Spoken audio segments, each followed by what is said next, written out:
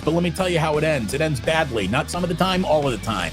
Because I'm watching you dudes get skinned alive way too often these days. They're getting murdered out there. They're getting basketball court murdered. The Warriors right now are in their general malaise. This is the general malaise Golden State Warriors. And if you were officially looking for the bottom of the Steve Kerr, Steph Curry era, they scraped the bottom of that pickle barrel. It was Monday afternoon, matinee game from Martin Luther King Day. This is the fork in the road of the entire year. This is it. The inflection point of the season has arrived in these next 9 games. Steph Curry's words, not mine. The Warriors will find out who they are. Well, they're not going to have Draymond for an awfully big handful of these games because he is out for at least a week. They still don't have Jonathan Kuminga back. It is not good.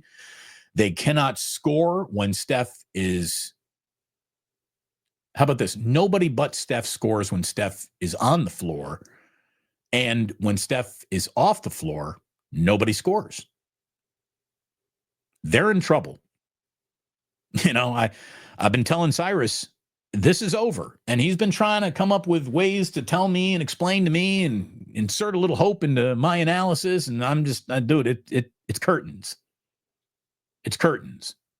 And if you don't believe me, everything you need to know has been revealed in just the last handful of games that this is indeed the bottoming out of the Steve Kerr era. It was a 40-point loss at home against the Celtics. It's the worst home loss of the Steve Kerr era, and it's the worst home loss for the Warriors since 1985.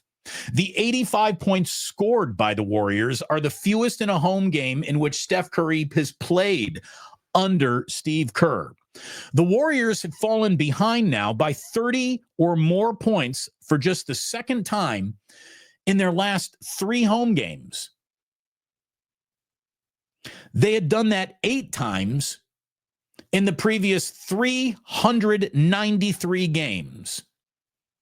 Again, falling behind by 30 has happened twice in their last 3 home games. The regularity of the Warriors falling behind 30 before these 3 games was 8 times over their previous 398 games. They are all out of gas. They are all out of juice. They are all out of chutzpah. They're all out of the circle the wagons. They're running on a talent deficit. You know, the team plays small, but not fast. The team claims to have a bunch of shooters, yet they can't create any space.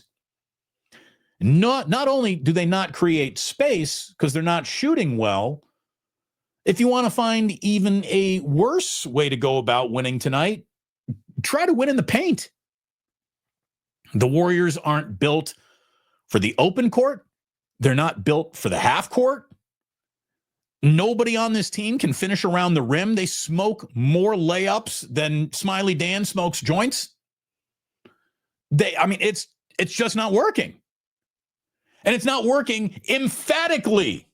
It's not working dramatically now. It's not like, oh, you were right in it, and then the other team in the last 90 seconds hit a couple of threes, and you lose by 8. Looks worse than it was. No, we got games that are over 3 minutes into the second quarter happening all the time now. And look, the Warriors are going to be without Draymond Green and Jonathan Kuminga. And here come the Sacramento Kings, beatable. Chicago Bulls, beatable. If you're trading for Vucevic, by the way, make that trade before the Bulls get here. And the Lakers, beatable, but probably not for the Warriors, given the way they're currently built.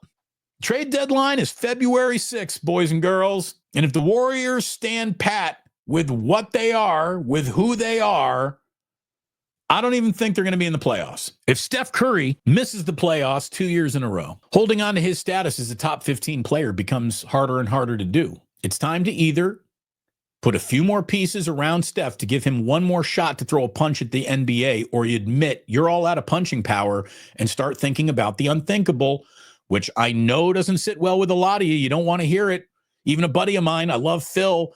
Phil told me, he's like, dude, I heard you talking about trading Steph Curry. What, are you out of your flipping mind? Do you not remember the 30 years before he got here? I'm like, yeah, I know all these things, but let me tell you how it ends. It ends badly. Not some of the time, all of the time. And it's about to end badly here. Steph does have the right to go out however he wants to go out. And if he's saying, don't trade me, I want to be a Warrior forever, then he's earned that right. But if Steph is open to it, it's something that the Warriors have to consider. Because I'm watching you dudes get skinned the alive way too often these days. They're getting murdered out there. They're getting basketball court murdered. And by the way, not that this hasn't been a part of the blueprint for a while, but man, the Boston Celtics just told every other team in the NBA how to play the Golden State Warriors, and there is absolutely no mystery here. The Warriors are a team that is essentially one player and dudes. That's who they are right now. One player and dudes. Did you see what the Celtics did? Did you watch that game to pick up what the Celtics were putting down? The Celtics hunted Steph Curry everywhere he went offensively. They hunted him. They looked to make him work defensively as hard as humanly possible, not because he's a bad defender, not because it's easy to get around Steph, although, Steph is hardly a lockdown defender, but he is competent. He plays the role. He gives a good, honest effort. He stays up on the man. He challenges the shot. He plays the passing lane. He's pretty good at stealing the ball. Steph is pesky defensively. But when you make him the focal point of where you're running your offense through, that right there is going to just burn out his gas tank. They hunt Steph everywhere he goes offensively. And then Steph has to work harder than any other player in the NBA to get a shot. He works harder to get open, and Steph being open is this, like a smidge of daylight, and Steph Curry is open. He has to work harder to get open than anybody in basketball, so he has to spend double the energy offensively just to get a shot off, and if he's not getting shot offs, there is no offense to even speak of. So the only dude who creates any offense is now the focal point of every single defensive attack. And the minute Steph Curry's legs are gone, so are the chances of the Warriors winning that night. Again, Boston just handed the entire NBA the blueprint. You run Steph into the ground and let the rest of these dudes be stationary, shitty shooters who can't finish layups.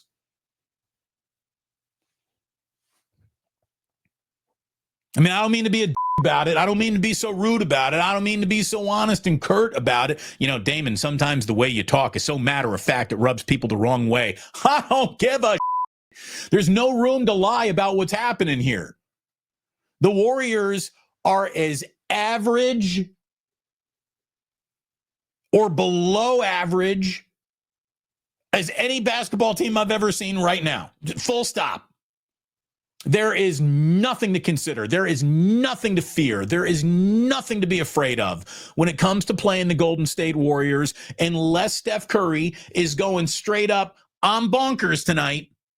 You got nothing to worry about when it comes to playing the Golden State Warriors, especially while Draymond Green and Jonathan Kuminga are sidelined.